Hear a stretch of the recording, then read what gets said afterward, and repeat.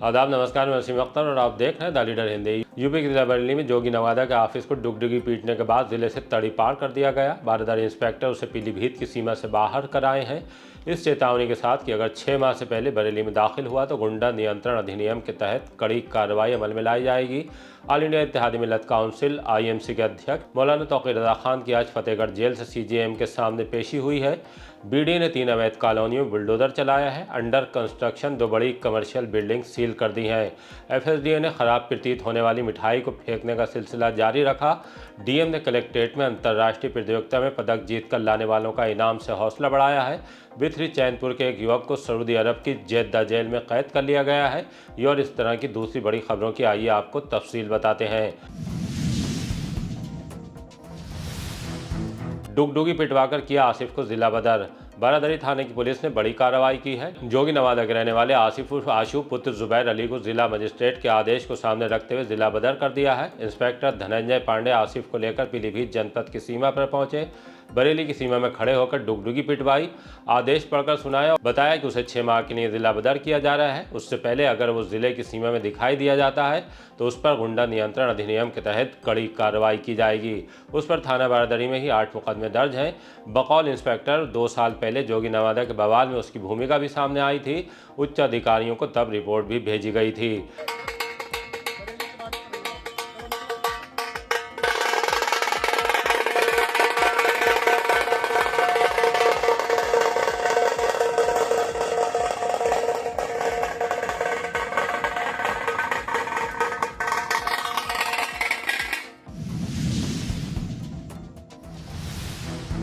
मौलाना 28 अक्टूबर को होंगे कोर्ट में पेश। 26 नवंबर को जुमे पर हुए बवाल में गिरफ्तार ऑल इंडिया इत्तेहादी मिल्लत काउंसिल IMC के अध्यक्ष मौलाना तौकीर रज़ा खान की वीडियो कॉन्फ्रेंसिंग के जरिए पेशी हुई। वो गिरफ्तारी के बाद सेंट्रल जेल भेज दिए गए थे। CJM अलका पांडे के सामने वीडियो कॉन्फ्रेंसिंग से पेशी हुई। उनकी न्यायिक हिरासत 14 दिन और बढ़ा दी गई है। अब उन्हें 28 अक्टूबर को पेश किया जाएगा। पुलिस ने मौलाना को बवाल का मुख्य आरोपी बनाया है। ये मुकदमा कोतवाली में दर्ज है। बाकी 10 मुकदमों में साजिश रचने के आरोपी हैं। मौलाना के साथ उनकी पार्टी IMC के राष्ट्रीय महासचिव प्रवक्ता डॉक्टर नफीस खान, जिलाध्यक्ष शमशाद आलम, महानगर अध्यक्ष चक महमूद के पार्षद अनीस सकलैनी, पूर्व जिलाध्यक्ष नदीम खान, फरहत खान, मीडिया प्रभारी मुनीर इदरीसी इत्यादि भी गिरफ्तारी के बाद से जेल में हैं। फरार आरोपियों पर SSP इनाम घोषित कर चुके हैं। नफीस खान का जखीरा मोहल्ले में रदा मैरिज हाल बुलडोजर से जमींदोज किया जा चुका है। पहलवान साहब मदार की 22 दुकानें, फाइक किले में फरहत खान का घर जहां से पुलिस ने मौलाना को गिरफ्तार किया था। कालोनाइदर मोहम्मद आरिफ के बारात घर, होटल, मार्केट कॉम्प्लेक्स, पार्षदों पूर्व पार्षदों के शोरूम, गैराज सील हैं। पहलवान साहब मदार में बनी मार्केट का मामला हाई कोर्ट वक्फ ट्रिब्यूनल में चल रहा है। वहां से निर्णय के बाद ही नगर निगम बुलडोजर एक्शन कर सकेगा। 3 अवैध कॉलोनियों पर BDA का बुलडोजर। BDA की परिवर्तन टीम आज बुलडोजर लेकर फतेहगंज पश्चिमी पहुंची। चिटौली में पप्पू की 2500 वर्ग मीटर वाली कॉलोनी में बाउंड्रीवाल प्लाटिंग की निशानदेही को बुलडोजर से धराशायी कर दिया। यही कार्रवाई शिव अवतार शर्मा की 3000 वर्ग मीटर और इंद्रजीत की 6000 वर्ग मीटर वाली कॉलोनी में की गई है। दौलत राम गुप्ता और राजेश सिंह के कमर्शियल कॉम्प्लेक्स में निर्माण सील कर दिया है। इस दौरान अवर अभियंता संदीप कुमार, सहायक अभियंता धर्मवीर सिंह और उनकी पूरी टीम मौजूद रही। BDA अफसरों ने चेतावनी दी है कि बगैर नक्शा पास कराए निर्माण कराया तो सुसंगत धाराओं के तहत मुकदमा दर्ज करने की कार्रवाई होगी। अदनान मियां ने बनाया अधिवक्ताओं का पैनल। ऑल इंडिया रदा एक्शन कमेटी RSC के अध्यक्ष मौलाना अदनान रज़ा खां कादरी अदनान मियां ने जुमे पर हुए बवाल के बाद बेकसूरों की मदद के लिए अधिवक्ताओं का पैनल गठित किया है। RSC के सचिव हाफिज इमरान रज़ा बरकाती ने बताया कि 8 सदस्यीय लीगल पैनल का नेतृत्व वरिष्ठ अधिवक्ता जावेद अली खान करेंगे, जो सहायक लोक अभियोजन अधिकारी रहे हैं। पैनल में एडवोकेट इरफान खान, श्यामवीर सिंह, यदुवेंद्र सिंह, जहांगीर बेग, आमिर खान, इमरान खान और जमाल अजहरी शामिल हैं। हाफिज इमरान रज़ा बरकाती ने कहा कि जो लोग अपने बेकसूर रिश्तेदारों की पैरवी में मदद चाहते हैं वो ख्वाजा कुतुब स्थित RSC मुख्यालय बैतुल रज़ा पर संपर्क कर सकते हैं। 20 किलो रसगुल्ले, 30 लीटर सरसों का तेल जब्त। खाद्य सुरक्षा एवं औषधि प्रशासन की टीम की छापेमारी जारी रही। दीपावली, गोवर्धन पूजा, भैया दूज से पहले खाद्य पदार्थ में मिलावट रोकने के लिए जिले भर में 15 नमूने भरकर 57 किलोग्राम मिठाई और 30 लीटर सरसों का तेल जब्त कर लिया गया। नमूने बर्फी, रसगुल्ला, पेड़ा, मिल्क केक, अरहर की दाल, तेल इत्यादि के भरे गए हैं। सहायक आयुक्त खाद्य सेकंड अपूर्व श्रीवास्तव ने बताया कि काफ़ी मिठाई को खराब पाए जाने पर नष्ट भी कराया है। ये कार्रवाई आगे भी जारी रहेगी। चोरी के स्प्लेंडर के साथ 2 को किया गिरफ्तार। किला पुलिस ने मुखबिर की इत्तला पर सत्यप्रकाश पार्क के पास यात्री शेड से 2 को हिरासत में लेकर पूछताछ की तो बाइक चोरी का राज हुआ। उनसे मिली स्प्लेंडर चोरी की है जिसे वो कबाड़ में बेचने के लिए जा रहे थे। इनमें एक का नाम सनी खान है, वो रहने वाला चौधरी तालाब का है। बीकॉम होने के साथ सिलेक्शन पॉइंट के जिम में बतौर ट्रेनर काम करता था। उसका साथी संजीव बाकरगंज में मौरी बस्ती में रहता है। बाइक उन्होंने 4 साल पहले चोरी की थी। दिल्ली से पदक जीतने वालों को डीएम का इनाम। डीएम अविनाश सिंह ने आज अंतर्राष्ट्रीय ओपन कोकीवान कप प्रतियोगिता के विजेता प्रतिभागियों से कलेक्ट्रेट स्थित कार्यालय में मुलाकात की। पीठ थपथपाकर उनका हौसला बढ़ाया। खेल की दुनिया में और आगे बढ़ने, बरेली का नाम रोशन करने के लिए हौसला दिया। प्रोत्साहन बतौर 5-5 हज़ार का इनाम भी दिलाया।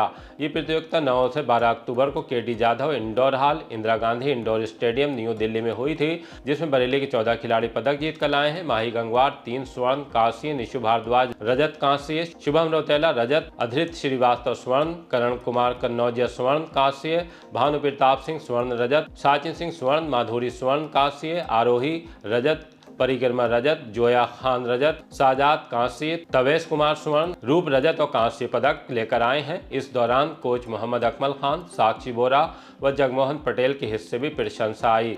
कलेक्ट्रेट में हीमोफीलिया से पीड़ित मरीज और उनके घरवाले भी डीएम से मिले। अपनी समस्याएं उन्होंने उनके सामने रखी। ठोस कार्रवाई का आश्वासन मिला है। खंडहर में मिला बिजली का तार, एक गिरफ्तार। फरीदपुर थाने की पुलिस ने बीसलपुर अंडरपास के पास खंडहर से चोरी किए गए बिजली के 2 बंडल तार बरामद करके एक शख्स को गिरफ्तार किया है, जिसके पास से तमंचा और कारतूस मिले हैं। इसका नाम अशोक है। वो फतेहगंज पूर्वी थाने के गांव रघोली का रहने वाला है। उसके खिलाफ मुकदमा दर्ज करने के बाद पुलिस उसे जेल भेजने की तैयारी कर रही है। सीजेआई से जुड़े मामले में फिर हुआ प्रदर्शन। अधिवक्ताओं ने कलेक्ट्रेट पहुंचकर सीजेआई से जुड़े मामले में प्रदर्शन किया, नारे लगाकर नाराजगी जताई। डीएम की मार्फत राष्ट्रपति को ज्ञापन भेजा है। आइए आपको सुनवाते हैं कि प्रदर्शन के दौरान अधिवक्ताओं ने क्या कहा है। मेरा नाम अमर सिंह एडवोकेट है। मैं बरेली बार एसोसिएशन बरेली में प्रैक्टिस करता हूँ। ये देखिए, सीजेआई साहब के ऊपर जो है जूता उछालने का काम किया, ये बहुत ही घृणित है, जिसमें बाबा साहब भीमराव अम्बेडकर और न्यायपालिका संविधान में रखने वाले व्यक्तियों के ऊपर ये गहरा प्रहार है।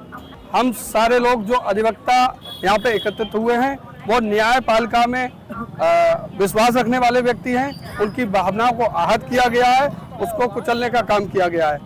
जब हमारे देश के सीजेआई साहब सुरक्षित नहीं हैं, जब आईपीएस अधिकारी पूरनलाल जी को मतलब जो इसी से पीड़ित होकर जातिवादी मानसिकता सोच के कारण उन्हें करनी पड़ी, तो बताइए आम जनमानस, आम अधिवक्ता समाज कहाँ सुरक्षित है? इससे हम सभी अधिवक्ताओं में रोष है और जो जूता फेंकने वाले अधिवक्ता है रूप किशोर जी, उनके खिलाफ मुकदमा पंजीकृत हो, उन्हें जेल भेजा जाए।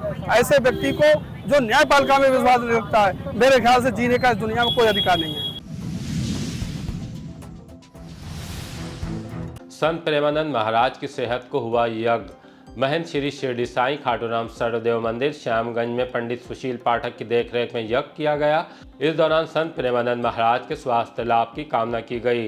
देखिए, हम सब अपने अपने लिए दुनिया जीते हैं, परंतु एक ऐसा बिरला संत जिसने संसार के कल्याण के लिए इस धरा पर आया, उसका नाम हित प्रेमानंद है, जिनके संदेश आज पूरी दुनिया में जीने के लिए जीवन सिखा रहे हैं। और आज वो एक ऐसे असाध्य रोग से पीड़ित हैं और वो इस समय हॉस्पिटल में हैं। उनके रोग नाश के लिए, जल्द स्वास्थ्य के लिए हमने ये कामना की। साथ ही आप लोगों के चैनल के माध्यम से एक और भी घोषणा करना चाहता हूँ, यदि मेरी किडनी या मेरे शरीर का कोई भी पार्ट स्वामी प्रेमानंद जी को काम आ जाए, मैं साहस देने को तैयार। इस यज्ञ के साथ जो हमारे सभी लोग हैं, ये तो आए हैं, यज्ञ में आहुति दी है, उनके अच्छे स्वास्थ्य की कामना की है, उनके लिए किडनी की जरूरत है।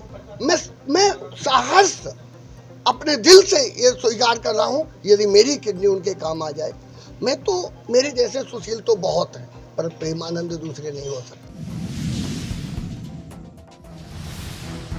सऊदी अरब में क्यों कैद कर लिया गया बरेली का युवक। बेथरी चैनपुर थाने के गांव उदयपुर जसरतपुर के रहने वाले सईम खान को जेद्दा की जेल में कैद कर लिया गया है। वो अब से करीब 12 साल पहले काम करने के लिए सऊदी अरब गए थे। 2 माह से जेल में हैं। इकलौते बेटे की रिहाई के लिए मां खुशनुमा ने रोते हुए डीएम से मदद की इल्तिजा की है।